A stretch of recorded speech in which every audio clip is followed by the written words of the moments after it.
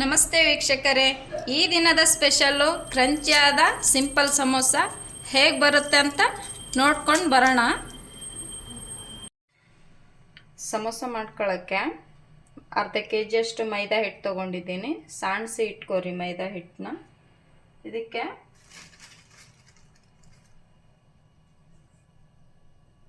ಅಜ್ವಾನ್ ತೊಗೊಂಡಿದ್ದೀನಿ, 1 ಟೀ ಸ್ಪೂನಷ್ಟು ಅಜ್ವಾನ್ ತೊಗೊಂಡಿದ್ದೀನಿ. ಕ್ರಷ್ ಮಾಡ್ಕೊಂಡು ಹಾಕೋರಿ.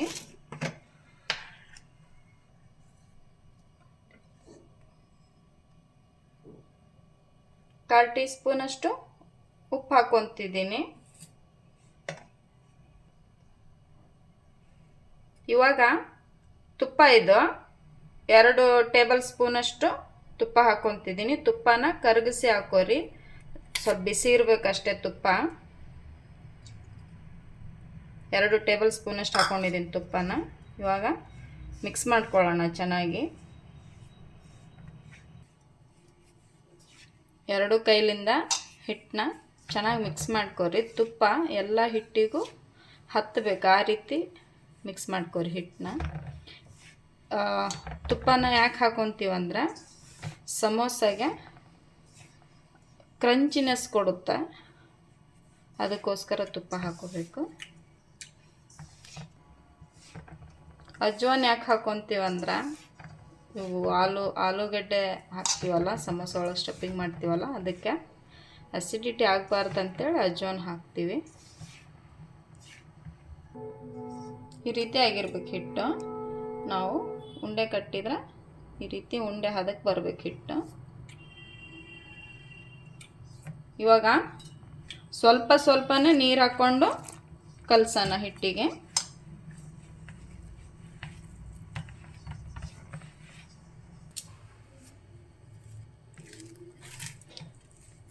ಸ್ವಲ್ಪನೇ ನೀರು ಹಾಕ್ಕೊಂಡು ಹಿಟ್ಟನ್ನ ಹಾಕ್ಕೋಬೇಕು ನಾವು.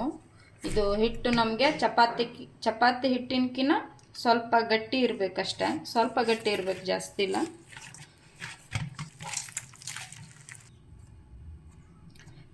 ಹೀಗಾಗಿರ್ಬೇಕು ಹಿಟ್ಟು. ಇವಾಗ ಇದಕ್ಕೆ ಒಂಚೂರೇ ತುಪ್ಪ ಹಾಕ್ಕೊಂಡು, ಸ್ವಲ್ಪ ಹಾಕೋರಿ ತುಪ್ಪ. ಇವಾಗ ಮೇಲೆಲ್ಲ ಸವರ್ಕೊಂಡು ಒಂದು ಮುಚ್ಚಿಡೋಣ, ಅರ್ಧ ತಾಸು ತನಕ ನೆನಿಲಿದು.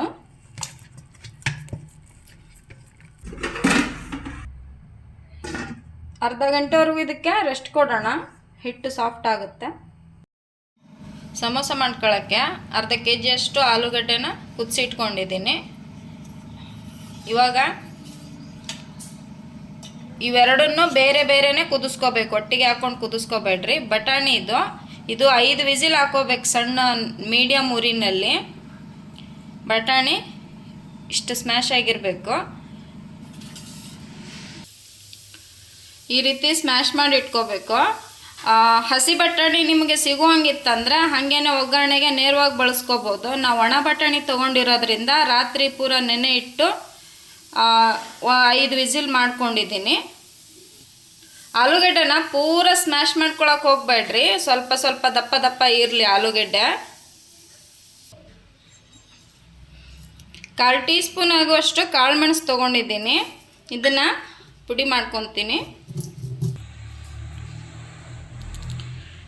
ಧನಿಯಾ ಸ್ವಲ್ಪ ತೊಗೊಂಡಿದ್ದೀನಿ. ಇದು ಸೋಂಪು ಕಾಳು, ಇದನ್ನು ಸ್ವಲ್ಪ ತೊಗೊಂಡಿದ್ದೀನಿ. ಆಮೇಲೆ ಇದು ಜೀರಿಗೆ ಸ್ವಲ್ಪ ತೊಗೊಂಡಿದ್ದೀನಿ, ಹುರಿದೇ ಇರುವಂಥ ತೊಗೊಂಡಿದ್ದೀನಿ. ಇವು ಮೂರನ್ನು ಅರ್ಧ 1 ಟೀ ಸ್ಪೂನಷ್ಟು ಆಗಬೇಕು, ಇವು 3 ಸೇರಿದ್ರೆ. ಆ ರೀತಿ ಮಸಾಲೆನ ಹರ್ಕೋರಿ. ನೋಡಿ, ಈ ರೀತಿ ಮಸಾಲೆ ಪೂರ್ತಿ ಪುಡಿ ಮಾಡ್ಕೋಬೇಡ್ರಿ, ಇದನ್ನು ಈ ರೀತಿ ಆಗಿರಬೇಕು.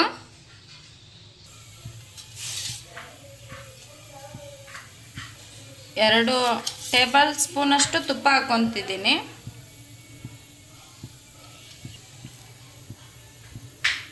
ಇವಾಗ ಗೋಡಂಬಿನ ಫ್ರೈ ಮಾಡಿಕೊಂಡು ತೆಗಿತೀನಿ.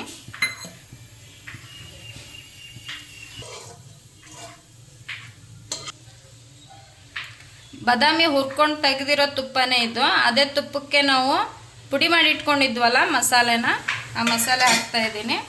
ಮಸಾಲೆನ ಹೊತ್ತಿಸ್ಕೊಳಕ್ಕೆ ಹೋಗಬೇಡ್ರಿ, ಅದ್ರ ಹಿಂದೆನೇ ಸಣ್ಣದಾಗಿ ಹೆಚ್ಚಿಟ್ಕೊಂಡಿರುವಂಥ ಈರುಳ್ಳಿನೂ ಹಾಕೋರಿ.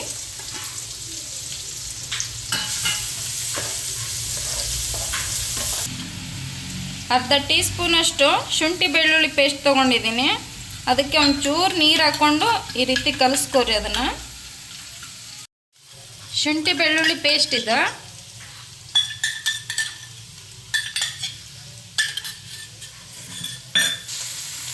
ಹಸಿಮೆಣ್ಸಿಕಾಯಿನ ಈ ರೀತಿ ದಪ್ಪ ದಪ್ಪವಾಗಿ ರುಬ್ಕೋಬೇಕು. ಭಾಳ ಸಣ್ಣ ಪೌಡ್ರ್ ಮಾಡ್ಕೋಬೇಡ್ರಿ. ನಾನು ಒಂದು 5-6 ಹಸಿಮೆಣ್ಸಿಕಾಯಿ ತೊಗೊಂಡಿದ್ದೀನಿ.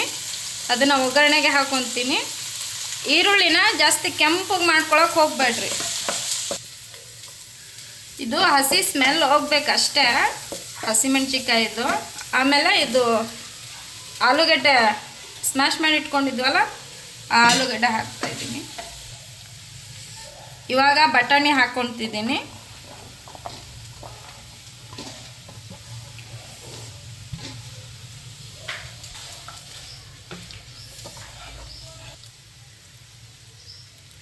ಕಾಳು ಮೆಣಸಿನ ಪುಡಿ ಇದು ಇವಾಗ ಹಾಕೋಬೇಕು.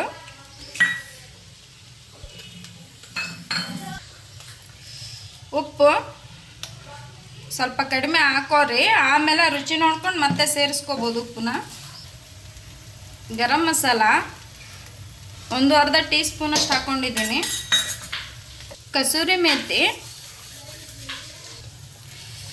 ಕಸೂರಿ ಮೇಥಿನ ಸ್ವಲ್ಪ ಬಿಸಿ ಮಾಡಿಕೊಂಡು ಈ ರೀತಿ ಪುಡಿ ಮಾಡ್ಕೊಂಡು ಹಾಕೋರಿ. ಕೈಲೇ ಕ್ರಷ್ ಮಾಡ್ಕೊಂಡು ಹಾಕೋರಿ. ಇದನ್ನು ಇವಾಗ 1 ನಿಮಿಷದವರೆಗೂ ಈ ರೀತಿ ಹುರ್ಕೋರಿ. ಅಂದರೆ ತುಪ್ಪದಲ್ಲಿ ಚೆನ್ನಾಗಿ ಎಲ್ಲನೂ ನೀಟಾಗಿ ಈಕ್ವಲಾಗಿ ಮಿಕ್ಸ್ ಆಗುತ್ತೆ. ಟೇಸ್ಟು ಅಷ್ಟೇ ಇರುತ್ತೆ. ಅರ್ಧ ತಾಸು ಆದಮೇಲೆ ಹಿಟ್ಟು ಚೆನ್ನಾಗಿ ನೆಂದಿರುತ್ತೆ. ಅದನ್ನೊಂದ್ಸಲಿ ನೀಟಾಗಿ ಕೈಲೇ ಸೆಟ್ ಮಾಡ್ಕೊಳ್ಳೋಣ. ಈ ರೀತಿ ಪೇಡ ಮಾಡಿಕೊಂಡು ಹಿಟ್ಟು ಹಚ್ಕೊಂಡು ಲಟ್ಟಿಸ್ಕೊಳ್ಳೋಣ. ಚಪಾತಿ ಲೆವೆಲ್ಲಿಗೆ ಲಟ್ಟಿಸ್ರಿ. ಇದನ್ನು ಜಾಸ್ತಿ ಬೇಯಿಸ್ಕೊಳ್ಳೋದು ಬೇಡ. ಜಸ್ಟ್ ಒಂದು ಸ್ವಲ್ಪ ಬೇಯಬೇಕಷ್ಟೇ. ಹಂಗ ಇಷ್ಟೇ ಸಾಕು. ತೆಗಿತೀನಿ ಇವಾಗ. ಇದನ್ನು ಇಷ್ಟೇ ಮಾಡ್ಕೊಳ್ಳೋದು. ಇದನ್ನು ಇಷ್ಟು ಮಾಡಿಕೊಂಡು ಎಲ್ಲನೂ ಅದೇ ರೀತಿಯೇ ಚಪಾತಿ ಟೈಪ್ ಮಾಡಿ ಇಟ್ಕೊತೀನಿ. ಇದು ಇವಾಗ ತಣ್ಣಗಾಗಿರುತ್ತೆ. ಇದಕ್ಕೆ ನಾವು ಹುರಿದಿಟ್ಕೊಂಡಿರೋಂಥ ಗೋಡಂಬಿನ ಹಾಕ್ತಾಯಿದ್ದೀನಿ. ಅದ್ರ ಮೇಲೆ ಕೊತ್ತಂಬರಿನೂ ಸಣ್ಣದಾಗಿ ಹೆಚ್ಚಿಟ್ಕೊಂಡಿರೋಂಥ ಕೊತ್ತಂಬರಿನೂ ಸೇರಿಸ್ತಿದ್ದೀನಿ. ಈ ರೀತಿ ನಮಗೆ ಒಂದೇ ಥರ ಶೇಪ್ ಬೇಕಂತೇಳಿ ನಾನು ಉಂಡೆಗಳನ್ನು ಮಾಡಿಟ್ಕೊಂಡಿದ್ದೀನಿ. ಈ ರೀತಿನ ಎಲ್ಲನೂ ಈ ಥರ ಬೇಯಿಸಿಟ್ಕೊಂಡಿದ್ದೀನಿ. ಈ ರೀತಿ ನೀವೇನಾದರೂ ಪಟ್ಟಿ ಸಮೋಸ ಮಾಡ್ಕೋಬೇಕಿತ್ತಂದ್ರೆ ಮಾಡ್ಕೋರಿ. ಬರಲಿಲ್ಲ ಅಂದ್ರೆ ಈ ಥರ ಕಟ್ ಮಾಡ್ಕೋರಿ. ಪ್ಲಸ್ ಆಕಾರದಲ್ಲಿ ಕಟ್ ಮಾಡ್ಕೋರಿ. ನೋಡಿ, ಸಮೋಸನ ಅಂಟಿಸ್ಕೊಳ್ಳೋಕ್ಕೆ ನಾನು ಹಾಲು ತೊಗೊಂಡಿದ್ದೀನಿ.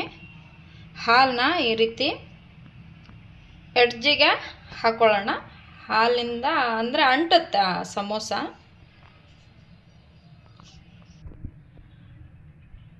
ನೀವು ಸಮೋಸನ ಚಿಕ್ಕದು ಬೇಕಾದರೂ ಮಾಡ್ಕೋಬೋದು, ದೊಡ್ಡದು ಬೇಕಾದರೂ ಮಾಡ್ಕೋಬೋದು. ಅಷ್ಟೇ ಅಳತೆ ಇಷ್ಟೇ ಅಳತೆ ಅಂತ ಏನಿಲ್ಲ ಇದಕ್ಕೆ.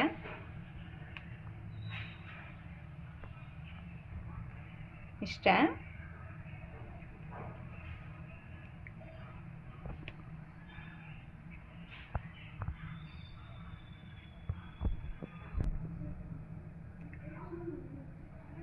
ಈ ರೀತಿ ಮಾಡ್ಕೊರಿ.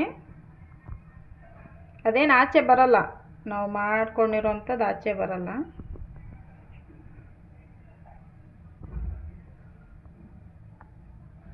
ಈ ಥರ ಮಾಡಿ ಒಂದು ಪಾತ್ರೆಯಲ್ಲಿ ಎಣ್ಣೆ ಕಾಯ್ಲಿಕ್ಕೆ ಇಟ್ಕೊಂಡಿದ್ದೀನಿ. ಎಣ್ಣೆ ಜಾಸ್ತಿ ಕಾಯಬಾರ್ದು, ಮೀಡಿಯಮ್ಮಾಗಿ ಕಾಯ್ಬೇಕು ಎಣ್ಣೆ. ಇವಾಗ ನಾವು ಮಾಡಿಟ್ಕೊಂಡಿರುವಂಥ ಸಮೋಸನ ಇದಕ್ಕೆ ಬಿಡ್ತೀವಿ. ಇದು ಹಾಲಿಂದ ನಿಮಗೆ ಅಂಟ್ಲಿಕ್ಕಂದ್ರೆ ಕಾರ್ನ್ಫ್ಲೋರ್ನ ಒಂದು ಪೇಸ್ಟ್ ರೀತಿ ಮಾಡಿಕೊಂಡು ಹಚ್ಚಿರಿ, ಚೆನ್ನಾಗಿ ಅಂಟ್ಕೊಳ್ಳುತ್ತೆ.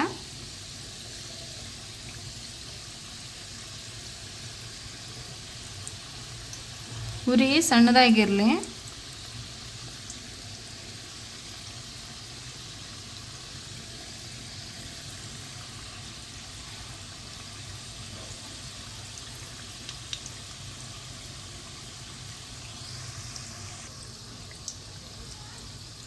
ಅದು ಹಾಕಿದ ತಕ್ಷಣನೇ ತಿರುವಾಡ್ಲಿಕ್ಕೆ ಹೋಗ್ಬೇಡ್ರಿ.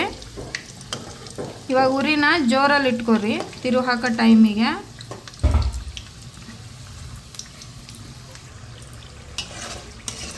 ಈ ರೀತಿ ಕಲರ್ ಬಂದಮೇಲೆ ತೆಗಿಯೋಣ. ನಾನು ಸಣ್ಣ ಸಣ್ಣ ಮಾಡ್ಕೊಂಡಿದ್ದೀನಿ ಅಂಥೇಳಿ 7-8 ಒಂದೇ ಸಲ ಹಾಕ್ಕೊಂಡಿದ್ದೀನಿ. ನೀವು ದೊಡ್ಡ ದೊಡ್ಡವೇನಾದರೂ ಮಾಡಿಕೊಂಡ್ರೆ ಸ್ವಲ್ಪ ಸ್ವಲ್ಪನೇ ಹಾಕ್ಕೊಂಡು ಕರೀರಿ ಎಣ್ಣೆಯಲ್ಲಿ. ಈಗ ಆಯ್ತು, ಇದು ರೆಡಿ ಆಯಿತು, ತೆಗಿತೀನಿ.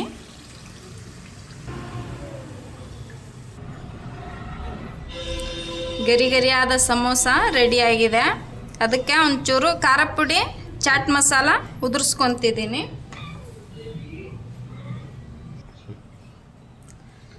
ಸಮೋಸ ರೆಡಿಯಾಗಿದೆ. ಮಾಡಿ ಒಂದು 10 ನಿಮಿಷ ಆದಮೇಲೆ ಸರ್ವ್ ಮಾಡ್ಕೊರಿ, ತಿನ್ನಲಿಕ್ಕೆ ಚೆನ್ನಾಗಿರುತ್ತೆ. ಮಳೆಗಾಲದ ಸ್ಪೆಷಲ್ಲು. ನೀವು ಹೀಗೇ ಒಂದ್ಸಲ ಟ್ರೈ ಮಾಡಿರಿ. ಹಾಗೂ ನನ್ನ ಚಾನಲ್ಗೆ ಸಬ್ಸ್ಕ್ರೈಬ್ ಆಗಿರಿ. ಧನ್ಯವಾದಗಳು.